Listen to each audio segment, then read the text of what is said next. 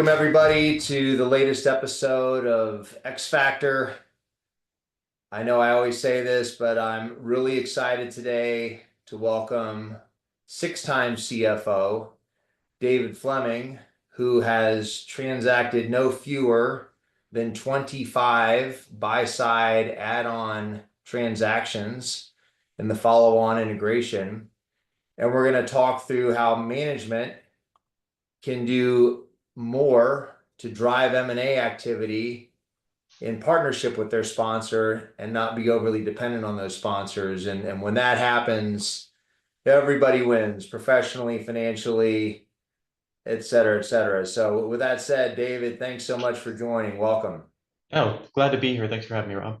Okay, good deal. You want to give us just a quick thumbnail sketch of your background as you see it, and then we'll dig in. Yeah, absolutely. I didn't really take the normal path to the CFO role. I started in engineering school and then I took the proverbial back door to business, like a lot of people take that can't cut it in engineering. And then even once I got my first job, I started in private first. I didn't go the public accounting route first and then private. I went private first, then did my 2 years in public. And kind of that combination really helped. Going through the full monthly close cycle yourself for 2 years, 24-month end closes, and learning how to interact with the field, learning how to be part of a management team gives you a lot more breadth of understanding when you get to the public accounting world. So did that for a couple of years, and then one of my clients was in the medical fitness equipment and manufacturing business. They had a controller opportunity, and so I jumped ship and kind of been in the controller CFO world ever since. Made my way up to CFO of that company, but then had to take a step back to controller for my first private equity backed gig, and then made my way up to CFO there as well. And like you mentioned, I've been doing it for 6 times now and having a blast. Yeah, and may I call you a fully recovered controller who's now a full-blown CFO with a heavy, heavy emphasis on M&A. I got to admit, yes, you can, but I got to admit, every once in a while, it is fun to step back and do a bank rec and do things that controllers do every once in a while. If you're not geeky about the technical aspects of any job, then you're probably in the wrong profession. So love it. Okay, cool. So let's set some context. So I think everybody knows that M&A is an important part of private equity value creation. Certainly, it's near and dear to the hearts of your private equity firm. And even if the investment thesis is a little bit more organically indexed, there's never a private equity firm that I've met who would not be interested in a really smart, strategically thoughtful M&A opportunity to help create more value. So whether it's an organic strategy that's sort of very carefully and selectively supported by M&A, or whether it's a more definitive consolidation strategy with a roll-up, this is huge. Why? Because M&A gives you multiple arbitrage. So for those that aren't familiar, very quickly, let's say the platform trades at 10 times EBITDA, but the M&A opportunities can be acquired for 5 times EBITDA. Well, the minute you buy that EBITDA, it's doubled in value.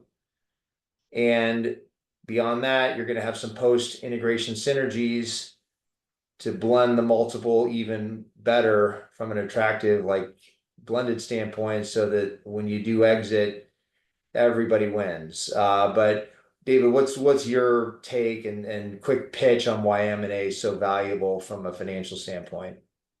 Yeah, I think obviously, as you mentioned, everybody on the management team needs to understand how you're creating value. And you would think that they do, but oftentimes you're getting first-time HR leaders, first-time IT leaders, first-time sales leaders in a private equity-backed platform. And so all of them understanding how you create value, which again is, one side it's organic. That's the good old fashioned grow the business through price, grow the business through volume, figure out how to make the business more efficient, get more throughput, cut costs.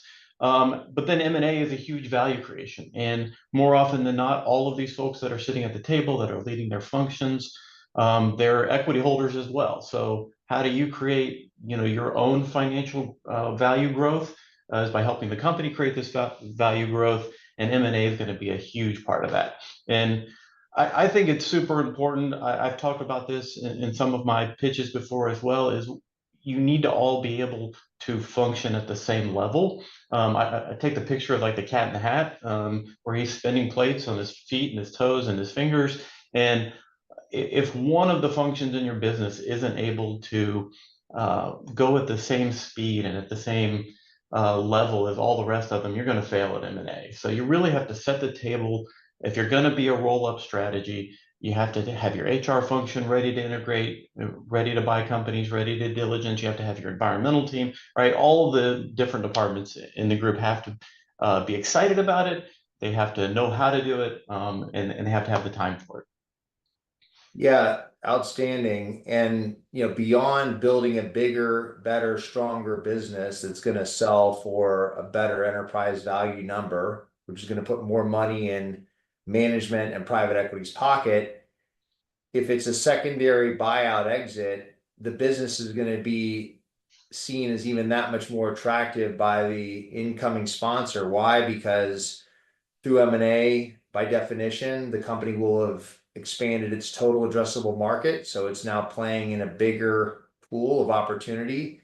And then secondly, it inspires confidence to that sponsor that, wow, look, these guys have really platformized that company and they've proven their ability to integrate acquisitions. And that's something we can get excited about. And it might justify an extra half turn or turn of EBITDA at the exit multiple. Right.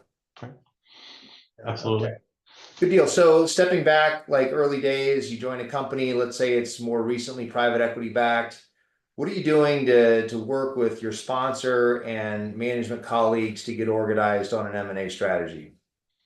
Yeah, I think number one is you have to, again, you have to set the table with the team. You have to explain how it's going to work. Number two, you have to have a diligence plan. So here's the providers we're going to use. Maybe it's a different plan for small deals versus bigger deals. Maybe you're using the big law firm for the big deals and the smaller firm for the small deals. Get everybody engaged. You have to source the deals. A lot of the sourcing early on in the whole period may be coming from the private equity group. Some of the executives, some of the salespeople might introduce you to leads along the way. And then as you grow bigger, this was the case when I was at VLS, we implemented an in-house team by the end of our hold period. And so for the next buyer's hold period, almost all the deals were sourced internally other than the ones that came up for auction. Mhm. Yeah, that's great. And I think on that topic, anecdotally, what I see when we do our search work is that, when portfolio companies kind of arrive at that maybe 30 to $50 million EBITDA number or above, they tend to create a head of corp dev position on the management team, if M&A is part of the strategy. And for those smaller businesses, that's really the opportunity, because what we're talking about here is how can the management team function as an aggregate head of corp dev together to try to drive this M&A strategy so that we're not overly dependent on the private equity firm. They're going to work hard, they're going to do a good job, but these are analysts and associates cold calling, that's effective to a point, but is best served when it's married up with the more interpersonal sort of sector focused and market affiliated perspective, of the management team. That's right, and it's time consuming as well. So you think you're going to do 2 deals a year, 3 deals a year. You start putting out LOIs. Not all of them come to fruition. We had one point where we, had put 4 or 5 LOIs out, and 3 of them hit at the same time. So now all of a sudden you're trying to diligence 3 deals at the same time, closing 3 deals within a 30-day window. And man, that can suck up all of your time. You're going to have very little time for the remainder of the business. So M&A is definitely time intensive. It reminds me of a quote from one of my favorite movies, The Equalizer, where Denzel's character says, "You can't pray for the rain and not deal with the mud." So three Absolutely. closing at once creates a lot of mud to sludge through. Good deal. How do you think about the M&A strategy from a total addressable market standpoint? Obviously there's different kinds of acquisitions. Some acquire new geographic territory, some acquire new service lines or product offerings, some vertically integrate a supplier relationship. How do you arrive at the right mix? Yeah, you're always looking one to two exits down the road, right? So you don't want to squeeze all the juice out of the lemon before you sell. You want to give the new buyer green grass, and they have to be able to demonstrate how they're going to give green grass to the next buyer, right? So you're always thinking about that. And as a management team, you should be able to articulate that. You should have a good understanding. You know, earlier on in my career, you start talking about TAM about 5 minutes before you start selling. And you know it's going to be a topic from the buyers. But Yep. then as you grow and you progress in your career, you're thinking about it early on in the whole period, and you're thinking how to tackle that at the beginning of your whole period. So, you know, just some tangible examples. When again, going back to my days at VLS, which was a successful exit held by Aurora Capital. You know, we started out cleaning rail cars. We weren't thinking about doing anything other than cleaning rail cars on that side of our business. But we ended up buying a company that cleaned barges, right? So we expanded the team there. Now we've got two different um, bigger TAMs that we can go after. Same thing on the waste side. We were in non-haz waste and we expanded into hazardous waste. We were in solid and sludgy waste. We expanded into wastewater. So, you know, three different ways that we expanded our service offerings to expand our TAM. And we had only just touched the surface on those three new markets that we grew into by the time we exited that first whole period and really gave the next buyer a much bigger runway to go tackle afterwards. Beautiful. Okay, so let's say, for example, you're on a team, you've kind of talked through the M&A strategy.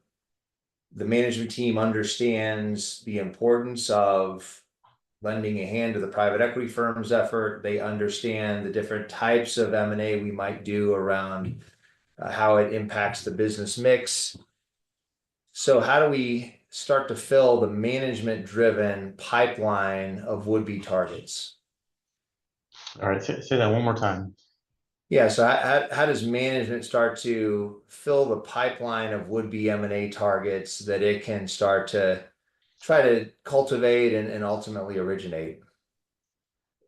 You know, I've gone through this many different ways in many different companies. You know, as I mentioned a few minutes ago, sometimes the PE firm will give you a list of 500 companies that they research during the diligence process. Sometimes you hire an outside third party firm to come in and do that. And then what we normally do as a management team is we'll take one of those two lists, we'll add some names to it as well. We'll sit down in a conference room. And we don't get laser focused on who you are already, right? So that this is where coming back to the TAM conversation, think about where we could be. And some ideas are good ideas, some ideas are bad ideas.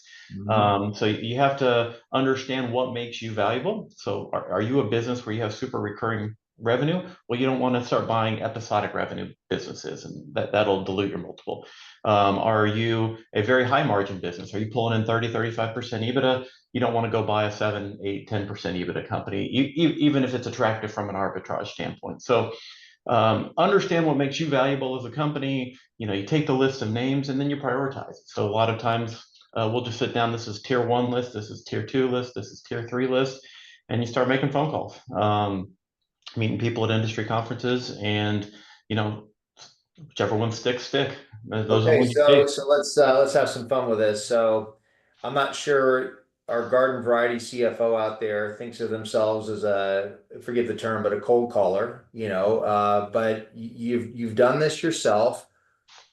Take people through why maybe it's not so scary and maybe a quick success story on how it worked out positively. Well, I have not done cold calling personally. Okay. Just to be clear there. So do you want me to continue on with that one? Yeah, Rhiannon will edit that out. Let me re-ask the question a different way. Okay, so you guys have thought through the tier one targets. So how is the company at the management team or below level starting to engage one-to-one with those targets? Sure. Yeah. So it's usually the CEO, the maybe a COO, head of sales, who has a relationship, right? So you put a column in your spreadsheet, who has the relationship. If Mhm. nobody does, it could be an associate at the private equity company, could be the CEO. Start making cold calls, and you know, there's a lot of no's, but there's a lot of that's interesting. It's not the right timing right now. it's fairly easy conversations to have because you're talking about giving an owner of a company tens of $1 millions and a life-changing amount of money. So they're usually interested in having the conversation. They've probably had the conversation with multiple buyers, especially as private equity, over the last decade is, expanded even further. So these lists of folks to call, it's not just your list. I mean, all of your competitors have the same list and they're making the same phone calls. So just start generating that. Sometimes you might have a call in year one of a whole period that comes to fruition in year three.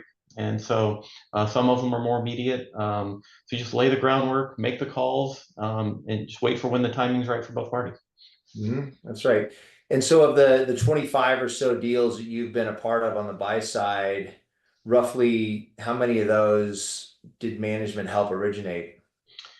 I would say probably 40%. I would say PE sponsors, the other 40%, another 40%, and then, maybe 20% through brokers. Mhm. Um, and it could be a buy side broker or a sell side broker. One of the most successful deals we had was brought to us. It wasn't something we were looking for, and it ended up being a home run for us. Yeah, so if roughly half the value of a hold period comes through M&A and you all have originated 40% of the transactions you've been involved with, you've had a personal hand in bumping up your liquidity events by a full 20%. That's exciting. Yeah, absolutely. And I would say most of the deals that are internally sourced end up being the smaller deals, Mhm. right? The bigger deals, they're either coming through an auction or, they were known at the beginning of the hold period. So it is usually the smaller deals that come through the management team. Yeah, but there's no shame in small tuck-ins, right? No, love them. Yeah, and that's one thing that when you get to a certain size, you mentioned 50 million of EBITDA, you bring in an internal business development team. The small tuck-ins don't add as much value there, so that's why I kind of like the middle market, the sweet spot. Starting at the 10, 20, 30 million and developing that platform, getting it to the 50, 60, 70 million EBITDA level, where those tuck-in acquisitions of small deals can really add value. Yeah, good deal. So we talked about being thoughtful on M&A, making sure it's a good strategic fit from a margin profile standpoint, from a business model or revenue quality standpoint, and whatever else might be important to that business. So let's say you're having conversations. What's part of the pitch to a privately held, non-brokered business as to why they might want to think about joining your fold? Yeah, absolutely. I think number one is the liquidity event. That's the easiest one. Mhm. Uh, they can secure a liquidity event. It's usually generational wealth for them, their children, maybe even their grandchildren, depending on. But then if they have multiple choices, if they're talking to multiple buyers at the time, or it's a culture fit at that point. And so we like to lead with culture in any place that I'm a part of and tell them exactly what it's going to be like living with us because you're really getting married, right? You're getting in bed with these folks. You're going to spend the next 3, 4 years with them. You're probably going to roll equity. And so I like to be honest and transparent with them. I think being honest and transparent with them from the get-go, even before the LOI stage, um, tell them what the good things are going to be like. Tell them what the bad things are going to be like. Again, the good things are you're going to get a big check in your bank account. You've been entrepreneurial, and that comes with stresses. You've had to negotiate insurance, get sued. You don't have to deal with those things anymore, right? We have an HR department, we have an IT department, we have a safety department. A lot of that burden is going to be lifted off of you.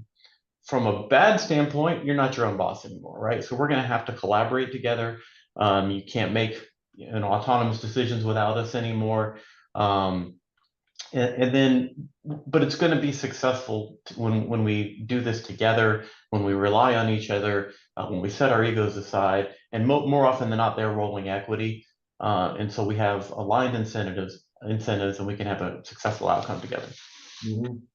Yeah, having been a part of several human capital diligence assignments for private equity clients, I'm always struck by the management team that's about to be acquired, how much they appreciate candor and Right. how they're really paying attention to what's being done, what's being said, and they're looking for, some measure of trust that they can place in the destination that they help choose Yeah, for and their then new. I think telling them where it's going to be painful, helps build that trust, right? And so you tell them the diligence process. I'm sorry, we're going to send you 7 diligence lists, and they're all going to have the exact same questions. And you're going to get on these 30-minute phone calls, you're going to get on these hour phone calls, and they're going to ask you the same question 7 times. Just keep thinking about that check you're going to get in 6 weeks. And so that honesty and transparency goes a long way. That prepping them for what the process is going to be like. Right, once you get through diligence, then you're going to have to sign a purchase agreement. It's going to be like a colonoscopy. You're going to have to fill out schedules. It's going to take you weeks. It's going to be miserable, but you've got to fight through it. Get help. Give them some strategies to help them, and it goes a long way to helping get that LOI signed on the front side. Yeah, it's sort of like, M&A, the word counterparty comes to mind because of intermediaries and attorneys and sometimes, these would-be future family members at the table can feel like, warring factions. And so what I'm hearing you say is you're kind of taking that stress out of the equation by really equipping them with some counsel and tools to help them Right. navigate their own way through the process. Yeah, and they appreciate that, and it really does go a long way. And they'll say, "Hey, listen, we talked to several people. We just feel like we're at home with your team. You guys are honest with us. You're transparent with us. You've given us some tips. And sometimes, maybe price for two competing parties is right at the same level, or maybe it's negligible. That's what's going to swing it in your favor." Well, I think that home term is apt because, yeah, they're selling their company, but said differently, they're finding a new home for it. So feeling at home may sound squishy to some, but that's really important. And I think that's where management can play an extra helpful role because private equity is rightfully focused on the spreadsheet modeling and analytics of it, may not always focus as much on what home will be like. And that's where management can fill that void, I suppose. And they're much more concerned, usually, the sellers of the businesses, with the home for their employees than they are the home for themselves. They realize they're going to be set for life, but all these people that they've hired over the last, decade or 2 decades, they want to know that they're going to be well taken care of as well. So how do you have that honest conversation about certain levels of post-integration synergies where, by definition, not everyone's going to make it? Well, I've been lucky enough that most deals are TAM expanding deals in my career. We're going into a new geography, a new service line. And so synergies haven't been a big component of deals that I've been a part of. One or two people here or there, but on most of those 25 deals, it's like, hey, let's come together. Let's figure out how to cross sell. Let's figure out how to grow. We need your teammates to be an integral part of our company going forward. We want to expand your business, not contract your business. And so uh, the synergy side's been an easy conversation. And then I think for the how we're going to integrate the businesses, whether that's from pay, benefits, ERP systems, we keep telling them that nothing is going to go backwards. Listen, our goal is to not take anything away from you. Things may change, but if it gets worse on the bonus side, we're going to make up for it on the compensation side. If the medical benefits are better and the dental benefits are worse, we'll make it up somewhere to you. And so we tell them that from the get-go. We can't forecast everything. We can't forecast that everything's going to be perfect and smooth throughout the process. But when we get to a fork in the road that we didn't expect, we will figure out a way to make it up to you and make it better for you than it was pre-acquisition. Yeah, good deal. And before we touch on the diligence process, going back to the pitch, most founder-led businesses, I'm one of those myself, so I guess I can speak from firsthand experience, pretty fiercely protective of their culture. And okay, now all of a sudden we're going to have a new home. So how does that conversation go when you're talking about your prevailing culture and their very important culture blending together? Yeah, that's always tough, and there's not a perfect answer to that. Again, it depends on if it's that tuck-in acquisition. If you're 600 people and they're 20, it's going to pretty much get consumed. You always have opportunities for advancement for their top employees, but you're not going to disrupt the platform in its entirety for a small tuck-in acquisition. On the other hand, you go out and buy a company at auction that's, you're 500 employees, they're 300 employees. We had this example at VLS as well. We sat down, both management teams. We said, okay, here's our core values that are on the wall. Here's your core values on the wall. Let's throw them in the garbage can and let's come up with a new set. And let's talk through them. Why did you pick that? We don't have that one. And they'll say, why did you pick this one? We didn't have that one. So that goes a long way, and then ERP systems, in that particular example I was just talking about, we ended up picking their ERP system. We hadn't gone through a transformation yet. We knew we needed to. And so we took the best of both worlds, but can't always control that on small tuck-in acquisitions. Yeah, that's right. So if we were to talk in depth about diligence, that would be several episodes unto themselves. So I don't want to take us down too much of a rabbit hole, but what would you say maybe are the point or topic or two that's most important to you to make sure you're getting comfortable with when the diligence phase unfolds? Sure. Again, honesty and transparency. Make sure you're telling the seller exactly why you're doing what you're doing. We always have a kickoff call. Introduce them to all the diligence providers. This is why we're doing. This is what's important to us here. Especially on the quality of earnings, right? They think that you're trying to find some hidden IRS tax fraud they committed 5 years ago, and that's not the purpose of it all. Is your EBITDA real, and can we increase the EBITDA going forward? That's your main focus. So be honest, be transparent, be organized, frequent communication. Don't just let your diligence providers go out there and talk to folks and then check in 4 or 5 weeks with them. So set up weekly calls, maybe bi-weekly calls during the diligence process. And then make sure you understand, that diligence isn't only about, risk aversion or figuring out what the cost implications of integrating benefits and integrating, EBITDA values are going to be. It's also that deal thesis that we talked about, in addition to the arbitrage. Where can we extract value out of this business? So spend time diligencing the value creation, which is usually just conversations with the owner. We think we can get price uplift. What do you think?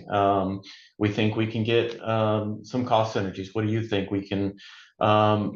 Hey, you had this capital project idea. You didn't want to spend $5 million of your own money on it. We have a $65 million DDTL that's got unused line fees. We're ready to spend it. So let's unpack that and let's figure out if that's going to be a good opportunity for us going forward. Yeah, it's a great point. I think sometimes folks hear the word due diligence or the term due diligence and they think of playing defense and protecting the downside, but it's also validating and getting even more excited maybe than you already were about the upside. Yeah, absolutely right. Most acquisitions I've done, I get more excited by the time the deal's closed than I was before we pitched the deal in the first place.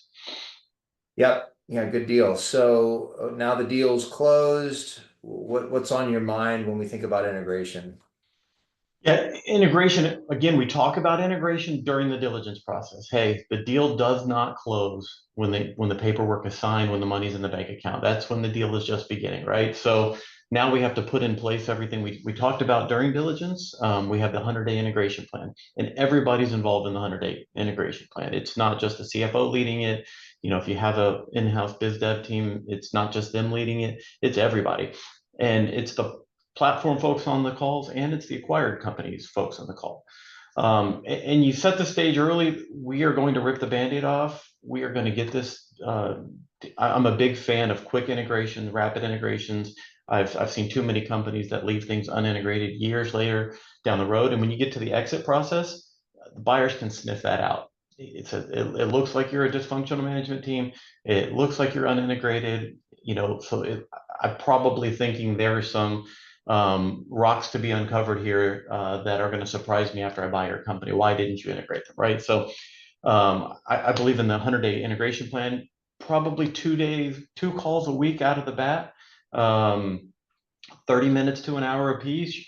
Put everything on the integration list. It's not just let's get the pay aligned, let's get the benefits aligned. Again, go back to the deal thesis. Make sure if we think part of the value that we're creating here is price increase or cross-selling, how are we doing on that? Let's bring the sales team into these integration calls. How are you doing? What are your customers hearing about the deal? Are they excited about the cross-selling opportunities? And then, like we talked about, the core values. So you have your pay type benefit, ERP, simple things that are usually on most integration. plans, but add the deal thesis topics and add some of the softer things like core values. Let's integrate our core values. Let's make sure they understand our core values.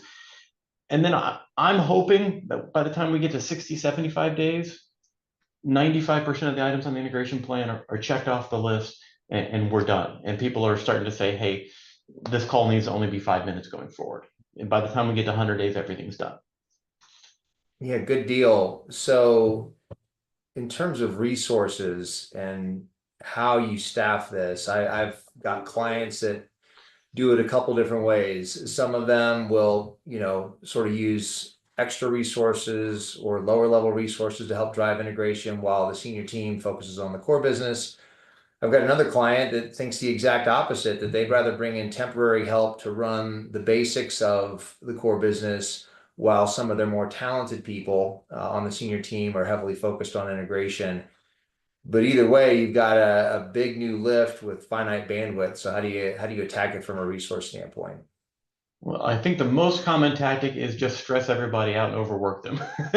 And that's probably what you end up doing at the beginning of a whole period, to be Yeah. honest. But don't be afraid to spend money, right? You just cut a check for $20 million on a business. Using consultants for $50, $100,000 to make sure a successful integration happens is a drop in the bucket, right? And so I was that guy at the beginning of my career. I was cheap. I wanted to use the cheaper accountants, cheaper attorneys, muscle it up and just get it all done myself. And over time, you learn, lean on those outside resources. But I definitely would lean toward using the outside resources for some of the integration. A lot of that is one-time work that doesn't need to be repeated, and let your internal team kind of focus on the core business. That's the side I would lean towards. And so how do you ensure, okay, we're through the integration plan, we've done the tactical kind of absorption, I guess, of the business. Now we're living together as colleagues and teammates. How do we ensure harmony in the sense of cross sell, of idea sharing, of making sure that, we're one broader team as opposed to two puzzle pieces that have been fitted together? Sure. Again, frequent communication. I think you never forget that they used to have a different culture. And so one example, an acquisition acquired company that we had a Christmas party. We kept going to their Christmas party every year, going forward. They had a toy drive around Christmas, and we participated in that toy drive as well. So some of the softer things, just continue to remember that we're humans, and you're always pitching your company to them as well. You're always making them want to still be a part of the platform company, and they want to go home to their spouse and tell them that it's a great company that they work for. And then from a more tangible, financial perspective, put your successes and your failures on the spreadsheets, right? So this was our deal thesis for deal A. We were expected to lift price, cut costs. Did it work out? Let's keep that going through budget time so that when we get to deal number 6, deal number 7, we can say, you know what, we said we were going to lift prices 10% on the first 5 times we bought companies, and we never got past 5. So maybe let's not underwrite 10% anymore on any deals going forward. So understand why you had successes, understand why you had failures, and keep track of them going forward. When do you like to do that post-mortem? I think it's a good time quarterly with your board meetings. So obviously you're not going to have enough time in your rear view mirror, right when the 100-day plan is finished. You're going to have barely implemented any of those. So, but as you get to the next quarter, the quarter after that, you start being able to track the price increases, the volume increases. But yeah, tying them to the quarterly board meetings makes the most sense. How, this is more for my own curiosity. How has all of this activity on M&A made you a better executive and business person? I think it can be very easy to just sit in your office and communicate with your same 10 people that you come into contact with every day. So you get to meet new people. Obviously, those people come from all different walks of life. They're from different regions of the country. They've had different backgrounds and experiences. So I think it humbles you. I think it makes you a better listener. I think it makes you really want to understand what makes them drive, what made them successful. And you can take those things that you learn from them and incorporate into your business because the way that you're currently doing things, your platform is probably not always the best. And so there's a lot you can learn from acquired companies. Sometimes they do things more efficiently than you do. Sometimes they set up their insurance plan or their benefits plan in a smarter way than you did, or their bonus plan. And so, meeting great people and just learning what you can learn from them and how they've made successful businesses is just always fun. Yeah, and my message in part to our audience is that if you and your management team peers can help drive a slightly more active M&A strategy, even if that means you simply did one more tuck in than you otherwise would have done, that's going to give you invaluable experience. It's going to make you a better executive. It's going to give you great learnings. And then let's say you exit the business successfully and it's a strategic buyer, and now you're interviewing for your next CXO role, whatever function that might be.